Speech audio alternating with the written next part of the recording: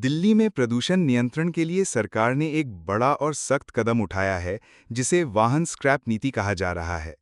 इस नीति के तहत राजधानी की सड़कों से पुराने और प्रदूषण फैलाने वाले वाहनों को हटाया जा रहा है। इसका उद्देश्य है दिल्ली की जहरीली हवा को कुछ हद तक साफ करना और शहर को पर्यावरणीय रूप से सुरक्षित बनाना। लेकिन जैसे जैसे ये नीति ज़मीनी स्तर पर लागू हो रही है, इसका असर सिर्फ वाहनों पर नहीं, बल्कि उन लाखों लोगों पर भी पड़ रहा है जिनकी जिंदगी इन वाहनों से जुड़ी है। सवाल उठने लगे हैं, क्या ये कदम वाकई आवश्यक था या इसे और मानवीय तरीके से लागू किया जा सकता था?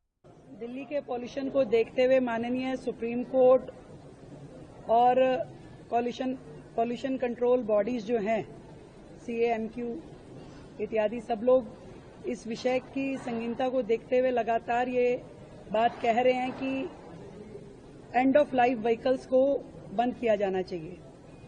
और बंद किया जाना मतलब जिनको पेट्रोल ना मिले, उनको पेट्रोल नहीं दिया जाए। वो लगातार इस बात की चर्चा, प्रेशर माननीय कोर्ट के आदेशानुसार दिल्ली में चल रही है।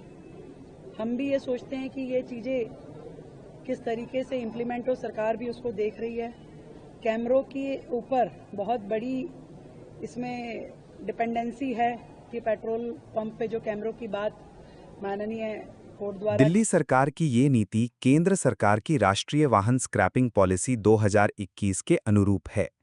इसके तहत 15 साल से पुराने पेट्रोल वाहनों और 10 साल से पुराने डीजल वाहनों को अब राजधानी की सड़कों पर चलाने की अनुमति नहीं है। ऐसा कोई भी वाहन अब एंड ऑफ लाइफ व्हीकल या ELV घोषित किया जाएगा और उसे अनिवार्य रूप से मान्यता प्राप्त स्क्रैपिंग सेंटर में भेजा जाएगा, जहां उसे नष्ट कर दिया जाएगा। ये नियम निजी और व्यावसायिक दोनों प्रकार के वाहनों पर लागू होता है।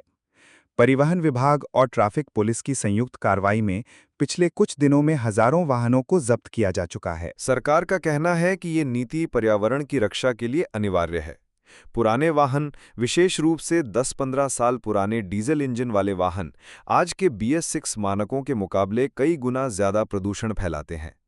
ऐसे वाहनों को सड़क से हटाने से न केवल वायु गुणवत्ता में सुधार होगा, बल्कि दिल्ली की हवा में मौजूद पार्टिकुलेट मैटर PM2.5 और PM10 की मात्रा भी घटेगी। सरकार ये भी कहती है कि स्क्रैपिंग से ऑटोमोबाइल रिसाइकलिंग इंडस्ट्री को बढ़ावा मिलेगा, नई टेक्नोलॉजी वाले और इलेक्ट्रिक वाहनों की मांग बढ़ेगी और भविष्य में सड़क सुरक्षा भी बेहतर होगी, क्योंकि पुराने वाहन अक्सर तकनीकी रूप से असुरक्षित होते हैं। लेकिन नीति के इस उजले पक्ष के पीछे एक कड़वी सच्चाई भी छिपी है।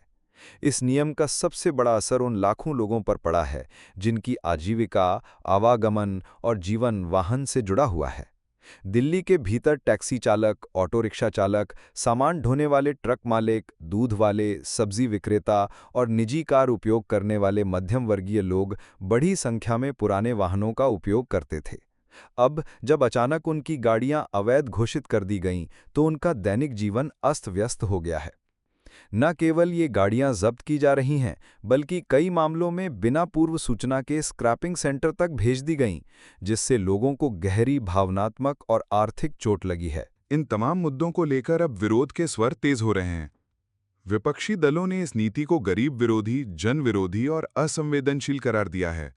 कांग्रेस ने आरोप लगाया कि सरकार ने बिना पूर्व तैयारी और बिना विकल्प दिए जनता पर यह फैसला थोप दिया। साथ ही इसे प्रदूषण के नाम पर रोजगार पर हमला बताया। विपक्ष की मांग है कि नीति को तुरंत रोका जाए या इसे चरणबद्ध तरीके से लागू किया जाए, ताकि लोगों को समायोजन का समय मिल सके। साथ ही पुरानी गाड़ियों को बेचने, रेट्रोफिट कराने या अन्य राज्यों में ट्रांसफर करने के विकल्प को भी खुला रखा जाए। जहां तक भविष्य की बात है, इस नीति का असर दिल्ली की वाहन संस्कृति पर गहरा होगा। आने वाले दिनों में पुराने वाहन सड़कों से पूरी तरह गायब हो सकते हैं और उनकी जगह नए BS6 या इलेक्ट्रिक वाहन ले सकते हैं। इससे ट्रैफिक का स्वरूप बदलेगा, स्क्रैपिंग और ऑटोमोबाइल मार्केट को बढ़ावा मिलेगा और हो सकता है कि पर्यावरणीय दृष्टि से ये एक सकारात्मक बदलाव बने। लेकिन अगर सरकार ने इसमें पर्याप्त लचीलापन नहीं दिखाया, तो जनता का आक्रोश और राजनीतिक असंतोष और तेज हो सकता है। निष्कर्ष रूप में कहा जाए तो दिल्ली की वाहन स्क्रैप नीति उद्देश्य में भले ही नेक हो, लेकिन उसे लागू करने का तरीका और तैयारी सवालों के घेरे में है। जब किसी नीति का सीधा असर जनता की जेब और जीवन पर पड़ता है, तो उसमें संवेदनशीलता और व्यावहारिक सोच दोनों जरूरी हो जाते हैं। आपको ये वीडियो कैसा लगा हमें कमेंट बॉक्स में ज़रूर बताएं। साथ ही वीडियो को लाइक, शेयर व चैनल को सब्सक्राइब करें। धन्यवाद।